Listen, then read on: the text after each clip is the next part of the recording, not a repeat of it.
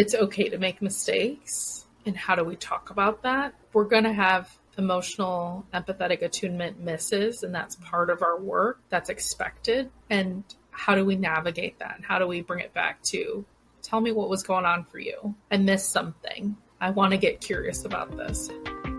Welcome to Deconstructing Therapy, transforming therapy and the therapists who lead it. Let's deep dive into conversations, reshaping therapy into a powerful tool for healing, liberation, and systemic change. Join us as we challenge the status quo, reimagine care, and celebrate therapists breaking barriers. Let's transform therapy together. Today, I'm honored to welcome Ashwini Krishnakuma, licensed professional counselor, to this episode of the podcast. Ashwini is a clinician in private practice in the Chicago area, where she works with individuals ages 5 and up, couples, and families, offering a warm, supportive, and trauma-informed approach to care. Her work integrates emotionally focused therapy, experiential therapy, and behavioral therapy to empower her clients to find healing and deeper connections. Ashwini is particularly passionate about working with interracial and intercultural couples, helping them navigate the complexities of identity, relationships, and belonging. Outside of therapy, Ashwini is an advocate for inclusivity and social justice, weaving these values into her practice and personal life. Hi, Ashwini. I'm so happy to see you. Yes, good to see you too, Alethea. So we actually had a really good conversation on another podcast. My friend Asada was doing a podcast, and we both were honored guests there to talk about decolonization, which was a really good conversation, and it kind of spurred me to start conversations with other therapists, and even, to start this podcast on my own as well from some of those conversations. But I know after that conversation, we had talked one-on-one, and there was like, oh, I wish I had said this. I wish I had said that as well. The topic is just so big. And I was wondering for you, what stood out the most? What felt like the biggest piece you could really expand upon?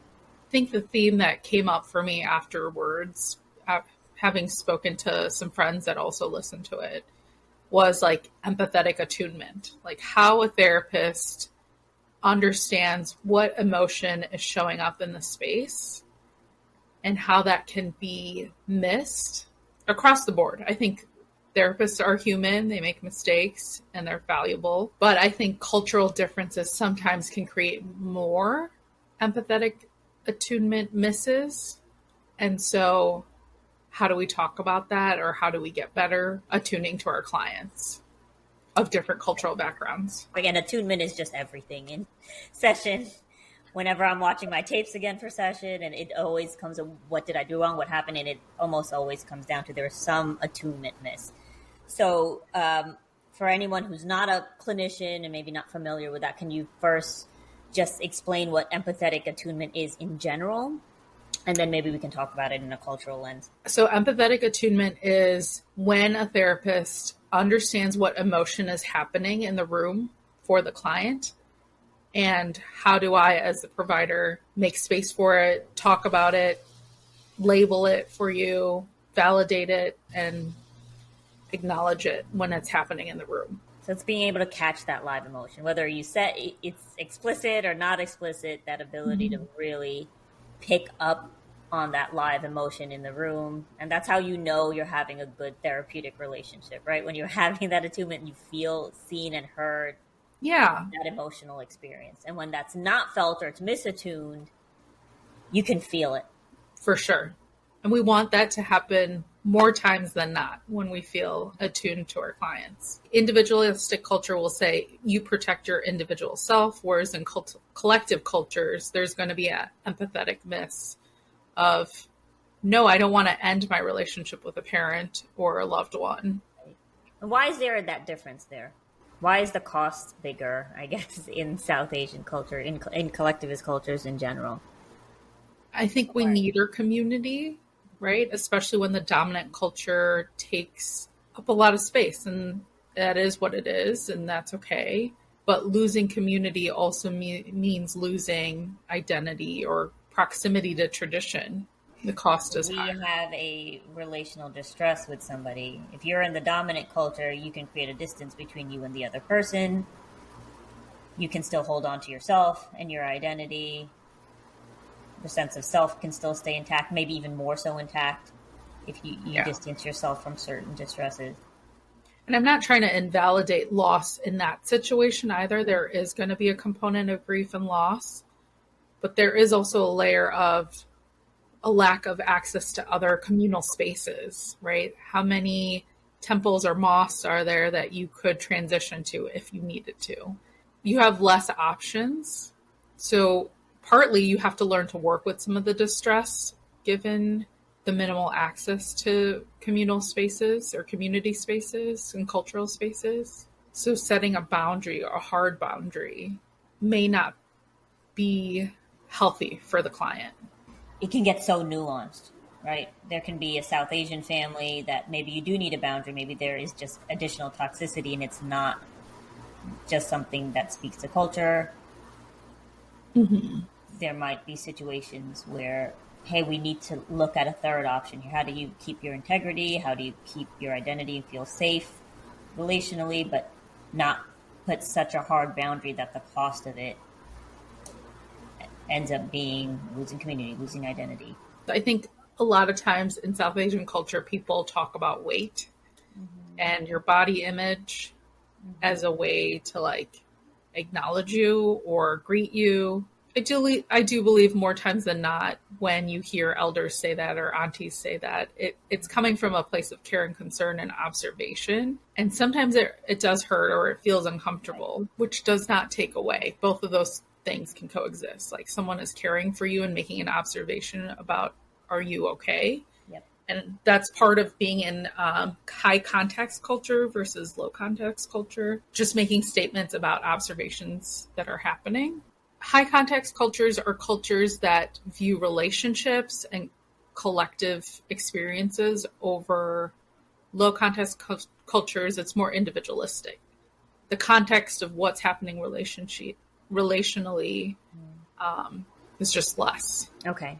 And if you would put that into the example you gave about weight, and that's one I can relate to because that's how you grow up all the time, right? Every time you haven't seen anybody for a while, an auntie will be like, "Oh, you gained weight," or "You're healthy," which often in South Asian culture means they think you're too big. And how is that normative because of the context culture, and how can that experience be different if you were viewing it without the culture? It could be really offensive. It could be triggering for people, especially if there's body dysmorphia, any eating disorders or disordered eating. Absolutely. It could be painful. So does that mean I'm never going to go to gatherings or I'm never going to talk to this person? I don't know if that's possible and or healthy long-term for people in this example, right? Let's say it's one of my aunts that says that, or a family friend that says that. That would mean I miss out on seeing family friends and cousins who I can relate to about cultural differences and culture clashes. So the cost, like you said, the cost and the risk of it is just greater. Right. And so what are different ways I can handle that? I could say, thank you for being observant. Thank you for caring for me. There's a way to maneuver conversations like that without being like, don't talk to me like that. And again, the culture matters here, because if you can understand that this is just a cultural normative thing that happens, and it happens because in these cultures, it is normal to do that observational greeting. Mm-hmm. And what it's translating to is, are you okay? Mm-hmm.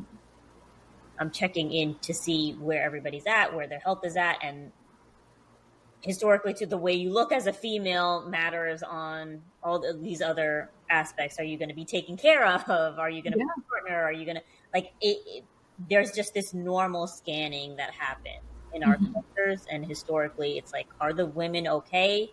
If they're looking a certain way, if they're healthy, then they're going to be taken care of. They're going to find their partner. And that comes from generations. Mm-hmm. So it is a different intent. It is very different. Is everything, and you shouldn't worry about impact. But when you understand the context, it is going to adjust how you set that boundary. right? Mm-hmm. And if a clinician is hearing something like that, they're going to say, wow, this person is an outlier. How are they talking to you like that? You can remove this person, because if we were in a white space and somebody talked like that, it would be a whole other thing. Right. Context matters. Right. If we understand the intent and we understand how this is culturally normative, we can jump to the intent when we push back against it. Like, hey, thanks for looking out for me. Thanks for, you're so observant. And then redirect the conversation. Mm-hmm. And in our culture, the first thing you say when you get on the phone is like, how is your spouse? How are your children? We don't directly ask, how are you? We gauge how the people around you are doing to check in about how you're doing. Again, it's a community. It's like, we know you're just a part of this whole. Yeah. So again, as a white clinician who might not know what's culturally normative, what's not, you might not even know where your blind spots are. How do you start addressing something like that? Yeah, I think refocusing it to the client of like, what was that like for you? Instead of us putting the boundary onto the client. That makes sense. So maybe it's when you are automatically thinking, oh, let me help this person set a boundary. I feel a sense of outrage for my client. I feel protective of my client, which is going to happen all the time. Yeah, but that could be used in the space, right? Yes. In my culture, that is considered offensive. Like, what was that like for you? It can be a conversation. And just like if you're in the same culture as your client, that might just flow so seamlessly, right? I feel protective. Yeah. I feel a sense of outrage, and you're just attuned to that person's emotions because you're probably having the same emotion. So it can work. But it might cause that cultural attunement if it's for somebody else. So when a clinician feels themselves having a sense of outrage, having a sense of that protection, and wanting to guide their client towards a boundary, that might be a cue for them to get curious instead. Like, I feel this. How is that like for you? Yeah.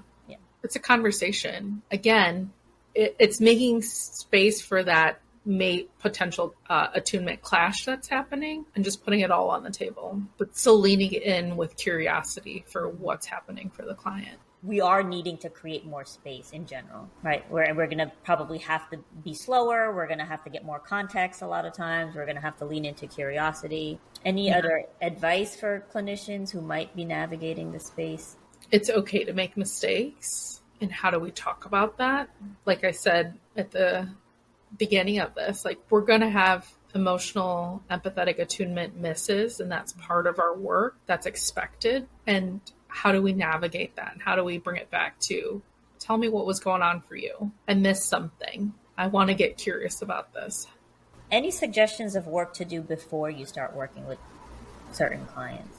I think being a therapist is, I think, a privilege and an honor to be able to hear someone's story and their experience and all the contextual things that come with that person. But if there is a level of objectification that is happening, or this like voyeuristic, I just want to learn about this person's culture, that is more self-serving than really trying to show up for the client, that's when I think harm can happen. So it's either when you don't see the culture at all and you're treating everybody the same, or there's this kind of fascination and this voyeuristic. So it's really being honest with yourself and asking yourself, what are you stepping into this with? Right. And I asked you that question too, because you're saying it's okay, you're going to have mistakes, which is so valid. Rupture and repair is normal of any relationship, including a therapist and a client, no matter what culture, right? We're going to miss a tune. We just got to be able to repair it. But I do think there's certain circumstances where it's healthier to say, hey, I'm just not equipped to be a good therapist for you. I know I had a client recently who started interviewing. She had so many cultural misattunements that she made sure she got ahead of it and asked clinicians first if they were equipped to do that. And the clinician she went to before me straight up said, no, I'm not equipped to do this. And it was so refreshing and healing for her to hear a white clinician say, I'm not equipped to do this, but here's somebody that can serve you better. Also, there are other clinicians of color around. Like, if you have friends that are clinicians of color, pass your client along. It's okay. Right. So what's the line there? How do you know I can handle Yeah, this? I'm able to do this. I just need to give myself permission to not be perfect with it, or this person is better served by a person of color or somebody else. I think that skill comes with time. I think really understanding that you're not truly listening to someone, but you're clouding your experience of how you're navigating someone because of the objectification or, I don't even know how to describe it. It sounds like what you're getting at is you're touching on some places where harm is done, right? The objectification and the kind of being curious for this voyeuristic attitude, or the complete blindness to culture, right? Would you say those are some of the places that are propping up in your head? Yeah. Where the cultural injury comes? Yeah. And I think why you're getting stuck right now is the same reason I feel a little bit stuck too. Because if I'm putting myself in those shoes, it's when those cultural injuries happen, there's no awareness of it. Most of the time, if you're not doing it from a malicious place. No. So how can a clinician themselves understand that those misses might be happening? That's a big question. That is a big question. Yeah. Do you feel comfortable checking in with your clients on a monthly basis, on a quarterly basis, of how do you think this is going? How do you feel heard and understood? I know some clinicians do it after every session. Yeah, which I think is so valid. Mm-hmm. But again, what's coming up for me there is often they're not going to tell you. I know. I can't tell you how many clients I've had that have had cultural injuries from white clinicians, and those clinicians have no clue. And even me personally, I've had injuries. And I honestly didn't realize fully. I just would feel the discomfort, and then maybe it would come up for me later that it was a cultural misattunement. Mm-hmm. So, and then culturally, you feel, South Asian culture, we don't want to speak up to authority, or you have a lot of internalized racism. Sure. Where you feel inferior to anyone in the white culture. So there's so many barriers to even being able to say, yes, I don't feel heard by you, or I feel missed by something you said. So I know we don't have all the answers here, but I think we are speaking. It gets very nuanced. It gets very complicated. A clinician with very great intention can create some cultural injuries without any intention and might not ever know that they're missing it. So, I mean, one thing that I always encourage is, before you are stepping into this work and working with people of different cultures, is start getting curious about your own culture. Right. And if you always you have a culture, right? When you're in the dominant culture, you might not be aware of it because it just feels like this blank slate. Totally. That makes sense. Yeah. We're super aware of our culture because we're having to step inside and out of it. Yes. So we're almost like more aware, like everything you're saying, oh, this is a normal greeting that you have. They're more observational. We have a context culture. All this awareness that you have is because you're a first generation living in America. Yeah. Like someone who's swimming in that in India, Pakistan, like they wouldn't even have the awareness of what's normative or what's not because they're just swimming in that culture. So It's the same thing for somebody in a dominant culture. You don't know what is not normative in your culture when that's all you're experiencing. Absolutely. So can you spend some time in spaces where you are not the dominant culture? That is the best way for you to really understand yourself. Not so that you can understand the other culture and start being curious about it. Use those spaces and that environment to start being curious about yourself and your culture. Yeah. As you get more nuanced in understanding your identity, you'll have more ability to understand nuances in other people across the board, regardless of cultural background. Exactly. Because then you're walking into the room as, oh, we're two cultural beings with two different cultures, and we can be curious about each other. Yes. And I can be curious about myself. I can start being curious about other people. But if you're just this normative person and the other person is the one with the culture, you're already stepping into that room with a mismatch. Right. You're accidentally othering. And then that feeds into we're othering, we're being fascinated. Yes. From this voyeuristic attitude, we're projecting our own values on them. That it's kind of sets it up for all attunement. Yeah. Is there any courses or any clinicians that speak about this stuff that might be a good place for someone to start who's just curious? Hopefully your grad schools are offering a program in diversity. I know my program did have that. There's a program called the DEAR Project. The program is called Beyond Fragility. And they do a really good job of helping white clinicians be more mindful of what's happening racially, and then also to navigate discomfort around what do I say, what do I do when something's happening. Wonderful. That sounds like a great resource.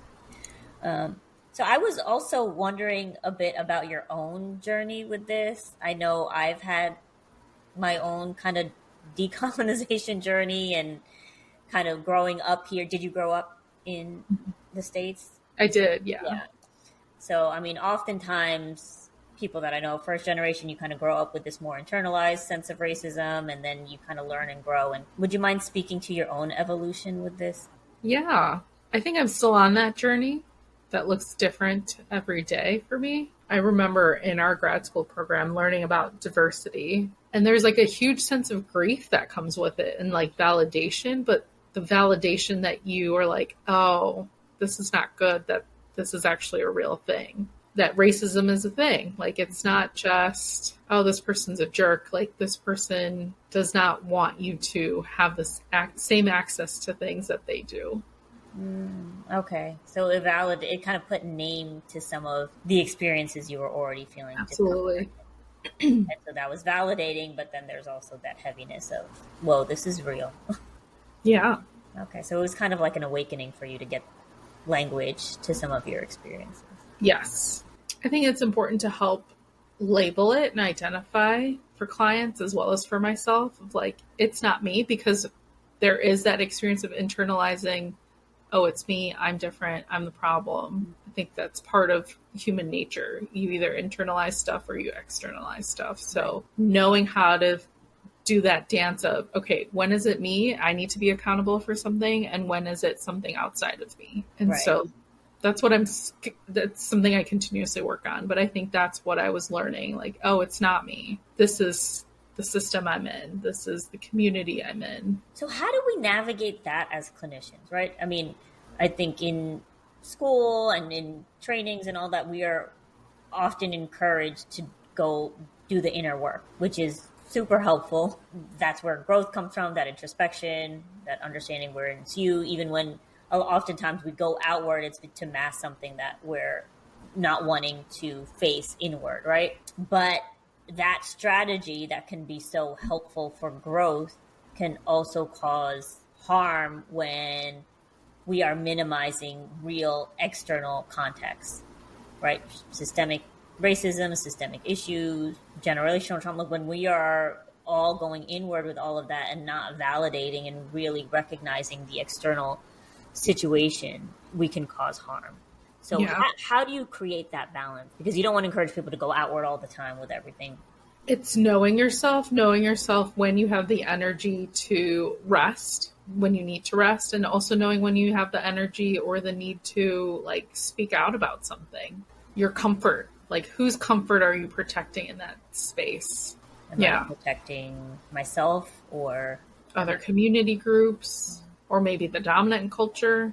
So that's kind of where a little bit of the nuance comes. When you're working with someone in the dominant culture, it's okay, what is this strategy coming from? Is this strategy coming from self-protection or to protect somebody else or somebody else's disappointment? And maybe in somebody who is in a person of color, there's the added question of, are you protecting community? Are you protecting tradition? And that'll open up a whole other conversation, right? Mm-hmm.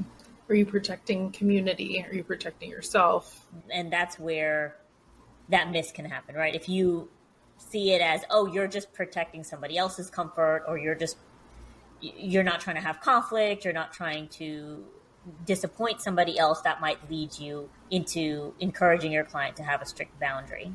Versus if you can see that as, oh wait, you're actually protecting your own sense of identity. You're actually protecting your relationship to community here. So now let's talk about some different things. How can we protect ourselves and our own integrity, and also still not disassociate so much from this community and feel safe? And it might take a lot more conversation and working around, but it needs to be part of the equation. My mind is going to I think sometimes in the mental health world, we can unknowingly coddle someone's ego to the point where we're not really helping them. What you just said helped me kind of formulate that, on how you're feeling this way, you're seeing this happen in this space with this auntie. What are you going to do for yourself in that moment? Is it affirmation of I'm doing the best I know how, I love my body regardless of what other people are saying? Or is it validation of yeah, the last couple of months have been rough and I haven't been taking care of my body? Instead of externalizing it and making it about the auntie who's the problem, how do we navigate us in that moment and have a real conversation about ourselves in that moment? So I think what you're bringing up is a really important topic, and what you're touching on is shame, basically, right? And our relationship with shame. So often people in collectivist cultures, people in Eastern cultures are part of what we call shame honor societies, where the society is structured around those belief systems, and versus Western cultures are more of guilt and innocence society. So again, it's more about how society is kind of structured around those type of paradigms. But often we have more of a sense of shame. It helps us to stay within our community. It helps us keep honor of the community. It helps that unit in general to have those emotions. And shame can be very good. I know often it is labeled as just it's a horrible thing. You need to just get rid of it. And guilt is okay. That's just feeling bad about something that you did. But feeling shame is not often seen as helpful at all. And so often in mental health, we can see that play out, where if a client is touching on some shame in a good way, it can let that person have a cue of, this is something I need to actually change. I need to actually change something about myself or how I'm operating in the world right now, because I touched on something big. But if you're uncomfortable with that emotion, and if a clinician's uncomfortable with that emotion, often a misattunement happens where they're going to throw compassion on that client, or they might encourage them to go outward, just like you're saying in this example, right? Of oh, how dare they make you feel unhealthy about yourself, or that you don't look good, or there's something wrong. Right. Let's get mad at the auntie. Let's just feel good about ourselves. But there might be something real there, right? You might have hit a nerve of, I actually don't like the way I've been treating my body lately. And the auntie saying that, it just hit on a nerve because there's already something there. And not that you should swim in low self-esteem or beat yourself up about it. That's not where we're going. But we don't need to go the other extreme either, where we're, hey, let's just hate on the auntie, say that we're wonderful.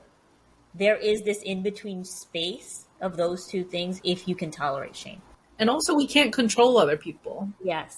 So how do we navigate that middle space? I think it's saying, yeah, that made you feel uncomfortable. Or it hurt. And it hurt. Tell me about that hurt. Whatever it is, it could have felt so many different things.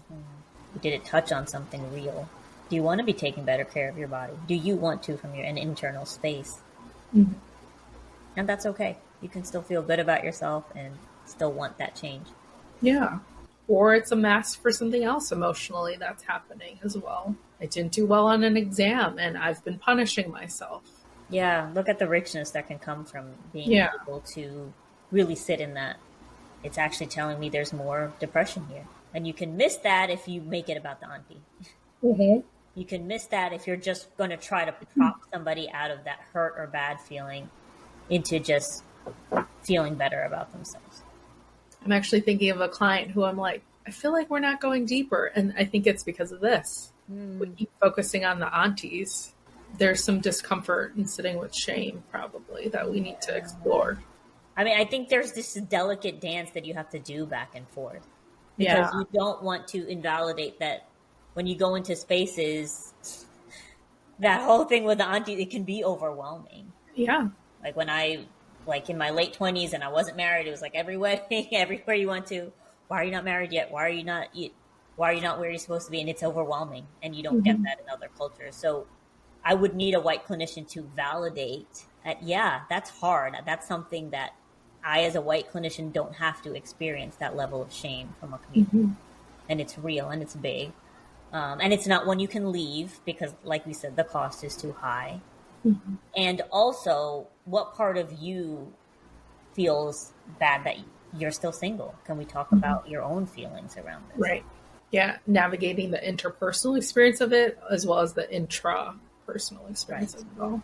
So I know we've been talking about a lot of different aspects of this. It can feel very nuanced. I can see how it can feel even overwhelming, especially for white clinicians to maybe hear some of this and then feel like, well, maybe I shouldn't even be doing this work. What can we say as some nuggets of what you can take away from this? What's a benefit of doing this work?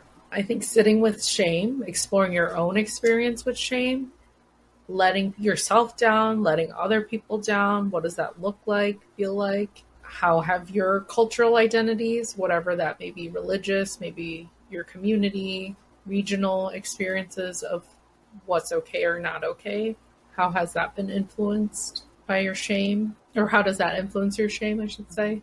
Because it's universal when you look at it that way. And there's a spectrum. I know I say, oh, Eastern cultures have this, Western cultures have this, but it is very much, and you might have a different experience than your neighbor. I know I grew up in New York and now I'm in Alabama, and I can definitely see more of like a shame honor type of environment here than in Alabama. In Alabama, 100%, because it's a more community based environment that resonates more with me, and it seems more similar to me here in my own like South Asian culture than I did with my white peers in New York. So it is different, and I will link in the show notes. There's this culture test that kind of tells you what percentage of shame honor you are, just to start getting to know your own culture. And that's where I tell people to start beginning when they start feeling overwhelmed with some of this work. It's just get to know yourself, get to know your own culture, put yourself in spaces where you're not the dominant culture, and just start getting curious about you.